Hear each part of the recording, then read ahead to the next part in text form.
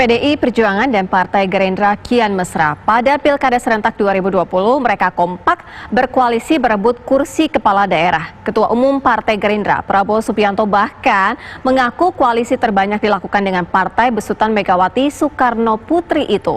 Akankah duet Partai Banteng dan Gerindra bisa menjadi kekuatan besar yang diterima rakyat pemilih di daerah? Inilah laporan utama Banteng dan Garuda mesra di Pilkada.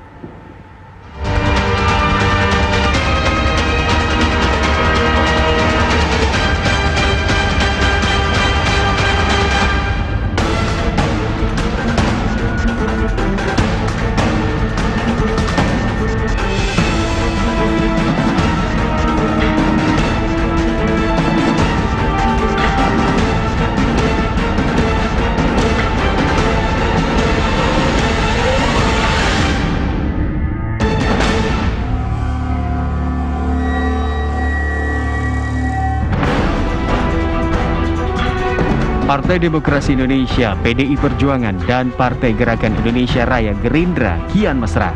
Dua partai besar berlambang banteng, moncong putih, dan kepala burung Garuda yang pernah bertarung sengit di Pilpres itu kini semakin akur. Mereka kompak membangun koalisi dalam kontestasi Pilkada Serentak 2020 ini.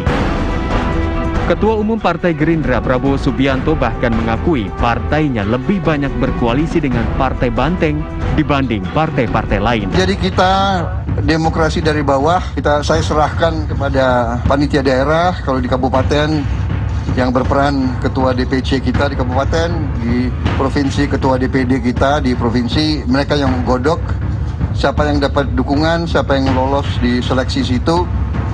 Jadi saya buka, kita bekerja sama dengan semua. Ya mungkin PDIP yang paling banyak ya, tapi sekarang terbuka, kita sama semua. Ya, Gerindra dan PDI Perjuangan pernah menjadi rival utama selama dua periode Pilpres 2014 dan 2019. Namun seusai gelaran Pilpres 2019, perseteruan mereka mulai tampak terkikis. Silaturahmi politik Prabowo dengan Megawati dan Jokowi kian intensif, hingga Partai Gerindra mendapat jatah 2 kursi menteri, salah satunya untuk Prabowo. PDIP pun tak menyangkal posisi Prabowo di jajaran pemerintahan saat ini menjadi alasan yang memperkuat langkah duet PDIP Gerindra untuk merebut kursi nomor 1 di sejumlah daerah. Tentu pertimbangan bahwa Gerindra pun saat ini sudah ada di dalam pemerintahan Pak Jokowi, Pak Prabowo juga sudah menjadi Menteri Pertahanan, itu menjadi salah satu pertimbangan pula. Yang kedua, landasan-landasan ideologi tentu itu pun kita juga pertimbangkan. Perjalanan selama ini minimal 5 tahun terakhir ini bagaimana berkaitan dengan berbagai kegiatan-kegiatan politik atau katakanlah kejadian-kejadian politik, dan itu kan masing-masing boleh-boleh saja menilai satu dengan yang lain. Baik Gerindra menilai PDI Perjuangan, PDI Perjuangan pun akan menilai Gerindra. Tampaknya bahwa kita melihat ada beberapa yang kesesuaian di dalam penilaian tersebut. Kesamaan garis ideologi perjuangan Gerindra dan PDI Perjuangan memang bukanlah hal baru. Keharmonisan yang terjadi di antara mereka di panggung politik bisa jadi juga bukan kebetulan. Begitu pula ketika mereka berduet mengusung pasangan calon kepala daerah di sejumlah daerah, seperti di Tangerang Selatan, Depok, dan Kepulauan Riau. Garis ideologi dan garis perjuangan Gerindra dan PDI Perjuangan ini mirip-mirip, bahkan saya rasa mereka bertarung dalam kolam yang sama, artinya memperebutkan suara konstituen yang sama.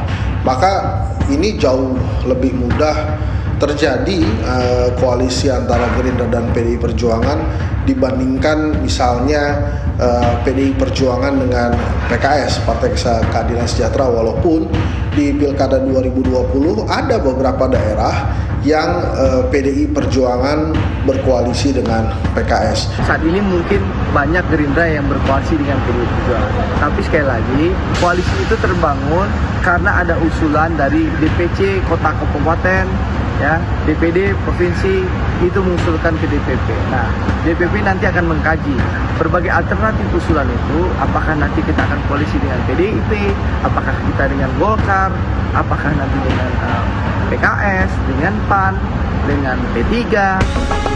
Manuver Partai Gerindra di Pilkada tampaknya memang tak hanya dirajut dengan partai besutan Megawati itu.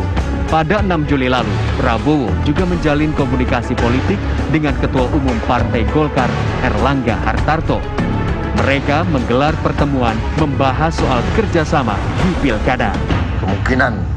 Kemungkinan yang di depan kita, bagaimana kerjasama Golkar sama Gerindra, khususnya mungkin di pilkada-pilkada tertentu. Termasuk kita bicara geopolitik dan juga bicara tentang pilkada. Tadi disampaikan banyak ada persamaan di dalam pilkada dan ada juga yang berbeda. Tadi menggarisbawahi apa yang disampaikan Bapak Prabowo bahwa perbedaan dalam pilkada itu sesuatu yang normal dan wajar-wajar saja. Lantas, bagaimana Partai Golkar melihat duet mesra Partai Gerindra dan PDIP saat ini? Apakah benar tak mengganggu langkah politik partai beringin? Kita masing-masing punya perhitungan sendiri, ya, punya strategi sendiri, punya kalkulasi politik sendiri untuk bisa memenangkan pasangan kita masing-masing gitu. Jadi kita hormati saja. Sama juga kita menghormati calon-calon yang diusung oleh partai politik yang lain. Kita tidak membatasi, kita tidak harus berkoalisi dengan partai politik mana, atau juga kita tidak memprioritaskan harus berpasangan dengan partai politik mana. Jadi masih sangat terbuka. Yang terpenting adalah pertama, kita ingin memilih pemimpin yang terbaik di daerah itu. Yang kedua, Golkar sendiri punya target menang 60%. Pilkada serentak 2020 tampaknya membuat peta politik tak sepanas kontestasi Pilpres. Partai-partai politik mau membuka diri untuk berkoalisi demi menjadi pemenang di daerah. Kalau kader kita sepakat, koalisi manapun insya Allah membuat kader tambah semangat. Kita oposisi, tidak ada arahan bahwa kita harus berkoalisi dengan partai oposisi saja, enggak. Dan walaupun dia pendukung koalisi, kita membolehkan selama monggo diperhatikan dua hal. Satu, kesamaan visi misi. Yang kedua, tidak ada resistensi dari kader dan pemilih PKS di situ. Sebanyak 270 daerah di tingkat kota, kabupaten, serta provinsi akan menggelar perhelatan pilkada. Akankah koalisi dua partai besar seperti PDIP dan Gerindra berbuah kemenangan? Ataukah justru keduanya salah langkah? Ya memang mereka adalah partai-partai politik terkuat saat ini gitu. Nah tapi jangan dilupakan 2019 pasti konstelasinya adalah antara Prabowo dan Jokowi. Kita belum melihat di masa sekarang bagaimana kekuatan PDI Perjuangan diterima oleh rakyat, bagaimana kekuatan PDI Perjuangan dan Gerindra diterima oleh rakyat. Yang jelas sejarah mencatat pada saat mereka jadi satu, mereka gagal menang. Justru pada saat mereka terpisah, Gerindra bisa jadi nomor 2 atau nomor 3, PDI Perjuangan bahkan 2 periode peringkat pertama terus. Tapi pada saat mereka bersatu, mereka dikalahkan.